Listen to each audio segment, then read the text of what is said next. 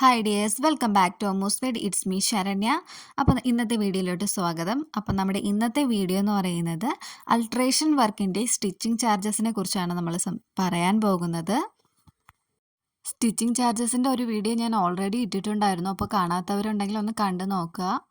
അപ്പോൾ നമ്മൾ ഇതിൽ അൾട്രേഷൻ വർക്കിൻ്റെ ചാർജസുകളാണ് പറയുന്നത്. അപ്പോൾ ഇതെന്ന് പറയുമ്പോഴത്തേക്കും ഞാൻ മറ്റേ വീഡിയോയിലും പറഞ്ഞിട്ടുണ്ട്, ഇത് വില്ലേജ് ഏരിയയിലെ അൾട്രേഷൻ ചാർജാണ്. അങ്ങനെ എടുത്ത് പറയാൻ കാരണം നമ്മുടെ ഏരിയ മാറുന്നതനുസരിച്ച് അവിടുത്തെ ചാർജിലും വ്യത്യാസങ്ങളൊക്കെ ഉണ്ടാവും. ഇപ്പോൾ ഇവിടുത്തെ ഒരു ചാർജ് ആയിരിക്കത്തില്ല നിങ്ങളുടെ അടുത്ത് വാങ്ങുന്നത്.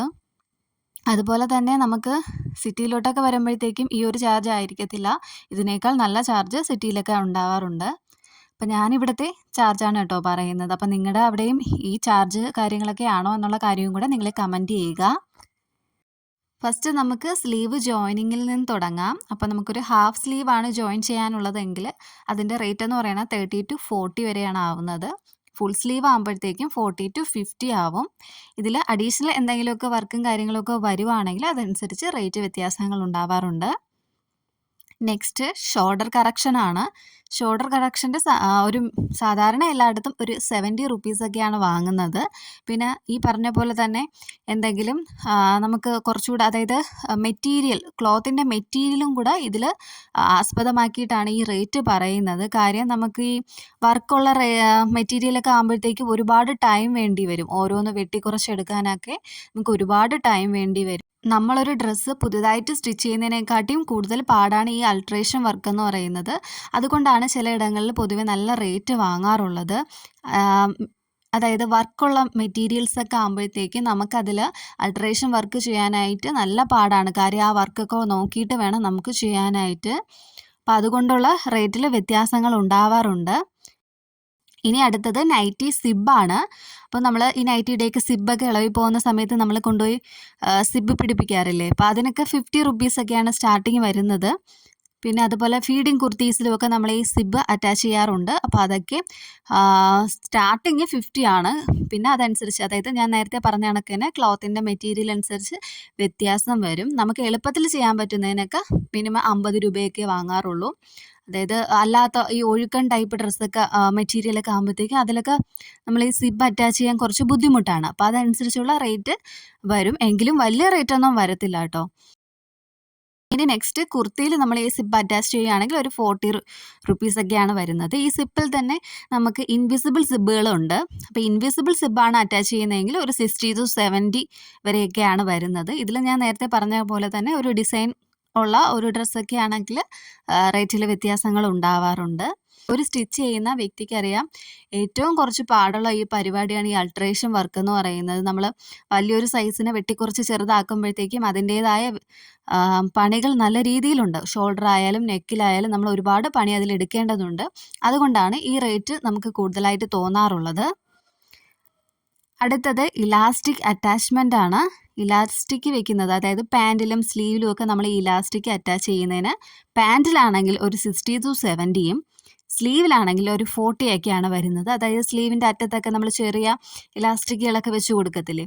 പിന്നെ ആ സ്ലീവിൽ തന്നെ അഡീഷണൽ അതിൽ കൂടെ മോഡൽ അഡീഷണൽ കൂടെ വേണമെങ്കിൽ നമുക്ക് ആ റേറ്റിൽ 40 എന്നുള്ളത് മാറും. അപ്പോൾ നോർമലായിട്ടുള്ള ഒരു റേറ്റാണ് ഞാൻ ഈ പറയുന്നത്. ഇനി ജെൻസ് ഷർട്ടാണ്. ഷേപ്പ് ചെയ്യുന്നത് ഒരു 90 റുപ്പീസൊക്കെയാണ് ആവുന്നത്. ലേഡി ഷർട്ടാണെങ്കിൽ ഒരു 70. ഇനി അടുത്തത് നെക്ക് കറക്ഷനാണ്. അതൊരു 80 to 90 റുപ്പീസ് വരെ ആവാറുണ്ട്. 90ക്ക് മുകളിലും പോവും. കാര്യം നമുക്ക് ആ ഒരു ഡ്രസ്സിൻ്റെ അനുസരിച്ചിരിക്കും. നെക്ക് കറക്ഷൻ എന്ന് പറയുന്നത് ഏറ്റവും പ്രയാസമുള്ള ഒരു പരിപാടിയാണ് ഈ നെക്ക് കറക്ഷൻ എന്ന് പറയുന്നത്. അതുകൊണ്ട് തന്നെ ഒരുപാട് ടൈമും അതിനെടുക്കും. അപ്പോൾ നമ്മൾ ചെയ്യുന്ന വർക്കിൻ്റെ ടൈമും കൂടെ വെച്ചുകൊണ്ടാണ് ആ ഒരു ഇതിന് നമ്മൾ റേറ്റ് കണക്കാക്കുന്നത്.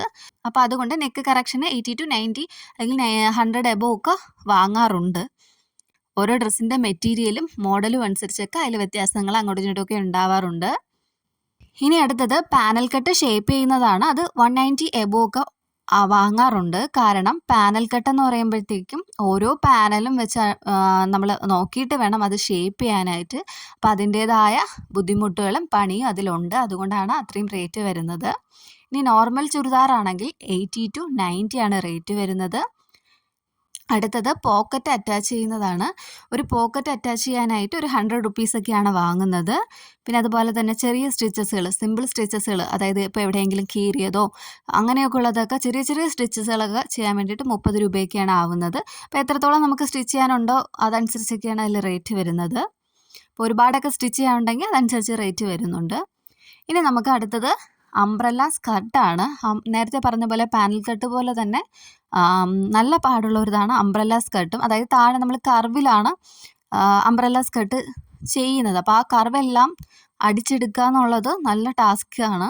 അപ്പോൾ തയ്ക്കുന്നവർക്ക് അതറിയാം. അപ്പോൾ അതിന് ഒരു 100 to 120 വരെയൊക്കെ അതിൻ്റെ റേറ്റ് വാങ്ങാറുണ്ട്. അപ്പോൾ ഓരോ ഡ്രസ്സും നമ്മൾ ചെയ്യുന്ന ടൈമും അതുപോലെ തന്നെ എത്രത്തോളം വർക്ക് അതിലുണ്ടെന്നും പിന്നെ അതുപോലെ ആ ഒരു മെറ്റീരിയലിനെയൊക്കെ ആസ്പദമാക്കിയിട്ടാണ് ഈ ഒരു റേറ്റ് വരുന്നത്. അപ്പോൾ ഞാൻ ഒരുവിധം കുറച്ച് കാര്യങ്ങളൊക്കെ ഇതിൽ ഉൾപ്പെടുത്തിയിട്ടുണ്ട്. അപ്പോൾ എന്തെങ്കിലുമൊക്കെ വിട്ടുപോയിട്ടുണ്ടെങ്കിൽ നിങ്ങൾക്ക് കമൻറ്റിൽ ചോദിക്കാം. അപ്പോൾ ഞാൻ അതെല്ലാം കൂടെ ഉൾപ്പെടുത്തി മറ്റൊരു വീഡിയോ ചെയ്യുന്നതായിരിക്കും. അപ്പോൾ ഇന്നത്തെ വീഡിയോ ഇത്രയൊക്കെ ഉള്ളൂ. അപ്പോൾ നിങ്ങൾ ആദ്യമായിട്ടാണ് എൻ്റെ ചാനൽ കാണുന്നതെങ്കിൽ ഒന്ന് സബ്സ്ക്രൈബ് ചെയ്യാൻ മറക്കരുത്. അതോടൊപ്പം തന്നെ നിങ്ങൾക്ക് വീഡിയോസ് ഇഷ്ടപ്പെടുകയാണെങ്കിൽ ലൈക്ക് ചെയ്യുക, അതുപോലെ തന്നെ ഷെയറും ചെയ്യുക. അപ്പോൾ നമുക്ക് മറ്റൊരു വീഡിയോയിൽ നമുക്ക് നെക്സ്റ്റ് കാണാം. അപ്പോൾ അതുവരേക്കും bye bye. Thanks for watching.